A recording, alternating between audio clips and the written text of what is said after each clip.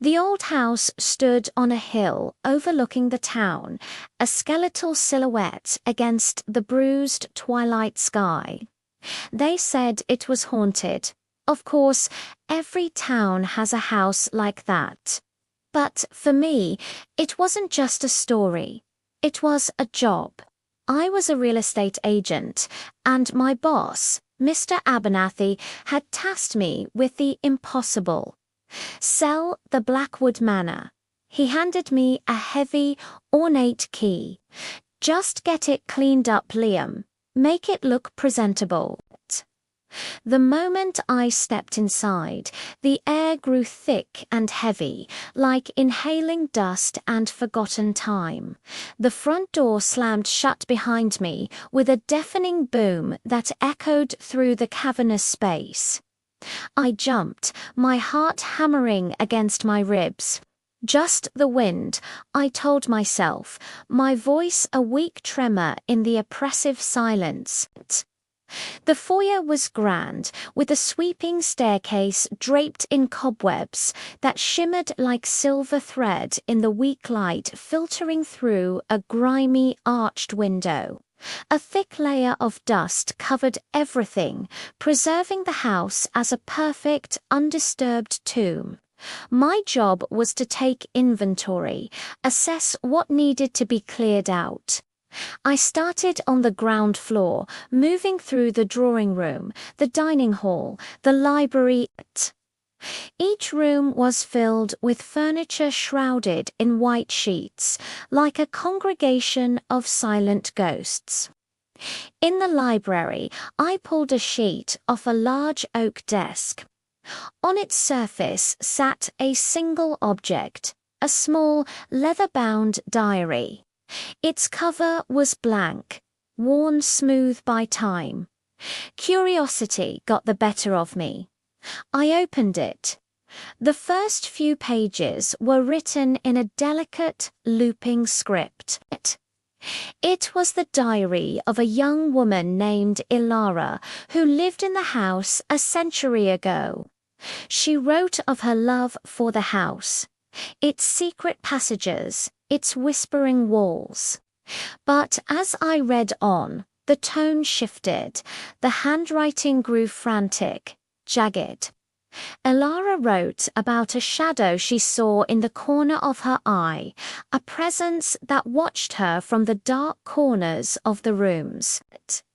She mentioned a cold spot in the upstairs hallway that never seemed too warm, a place where she heard faint, pleading whispers. A sudden creak from upstairs made me freeze. I strained my ears, listening. Silence. My imagination, I thought, fueled by the diary's unsettling words. I tucked the diary into my jacket pocket and decided to tackle the second floor. The grand staircase groaned under my weight, each step a protest. At the top of the stairs, the hallway stretched out into darkness. A chill snaked down my spine. This must be the cold spot Ilara wrote about. The air here was unnaturally frigid, my breath misting in front of me. I pushed open the first door on my left. The master bedroom, a massive four-poster bed, dominated the room, its canopy torn and hanging in tatters. On the wall opposite the bed hung a large oil-painted portrait. It depicted a stern-looking man with cold, piercing eyes. The nameplate at the bottom read Silas Blackwood. The founder of the house. I couldn't shake the feeling that his eyes were following me. I backed out of the room, pulling the door shut, the click of the latch unnervingly loud. The next room was a nursery.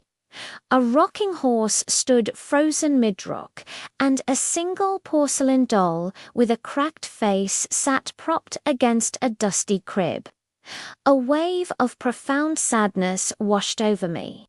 I felt an overwhelming urge to leave, to run from this house and never look back. But Mr. Abernathy's voice echoed in my head. I had a job to do. I continued down the hall, my footsteps the only sound. Then I heard it. A soft, melodic humming. It was faint, seeming to come from the end of the corridor, from behind the last door. It sounded like a lullaby. My blood ran cold. I wasn't alone. Slowly, cautiously, I approached the door. The humming grew louder, clearer. It was a woman's voice. My hand trembled as I reached for the doorknob. It was icy cold to the touch. I pushed the door open. The room was empty. It was small, dusty, and completely bare, except for a single wooden chair sitting in the center.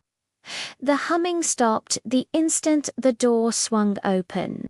A window on the far wall was open, a tattered curtain fluttering in the breeze. That must have been it, the wind whistling through a crack in the frame. I let out a shaky breath, a nervous laugh escaping my lips. I was letting this house get to me. I turned to leave, and my heart stopped. The door, which I had just opened, was now closed. I hadn't heard it move. I lunged for the knob, twisting it frantically. It wouldn't budge. Locked. Panic seized me. "Hello," I yelled, my voice cracking. "Is anyone there?" Only my own desperate echo answered. I pounded on the door, shouting for help until my throat was raw and my fists ached. Nothing. Defeated, I sank down against the wall, pulling the diary from my pocket. My hands shook as I flipped to the last few entries. Alara's writing was almost illegible. She wrote about being trapped, about a room at the end of the hall, the room with the one window. She wrote that Silas, her guardian, wouldn't let her leave. He said it was for her own good. The last entry was just a few words, scrawled with what looked like a dying hand. "He's in the walls. He watches. He hums." The humming started again, not from the window this time. It was closer. It sounded like it was coming from right behind me. From inside the wall, it was the same lullaby, but deeper now, distorted, and tinged with a malevolent glee. I scrambled away from the wall, pressing myself against the opposite side of the small room, my eyes wide with terror. I stared at the blank wall where I had been sitting, my mind screaming. Then I saw it. In the faded, peeling wallpaper, a pattern began to emerge, or rather, a shape. The faint outline of a face. 2 dark eyes, a thin line for a mouth. It was the face from the portrait. Silas Blackwood. His eyes seemed to bore into me from within the plaster, and the humming grew louder, filling the room, vibrating through the floorboards, through my very bones. I saw the doorknob begin to turn, slowly, deliberately. The lock clicked open. The door creaked ajar, revealing the dark, empty hallway beyond. It was an invitation, an escape. But I knew, with a certainty that chilled me to my soul, that if I stepped out of that room, I wouldn't be leaving the house. I would just be entering a larger cage. The humming wrapped around me, a cold embrace. Alara was never allowed to leave, and now neither was I. The house had a new resident, and Silas Blackwood had someone new to watch. The last thing I remember is the face in the wall beginning to smile. Don't go into old houses, my friends. Some doors are meant to stay locked, and some stories are true. Thanks for listening. If you enjoyed this story, make sure to hit that like button and subscribe for more chills. Stay safe out there.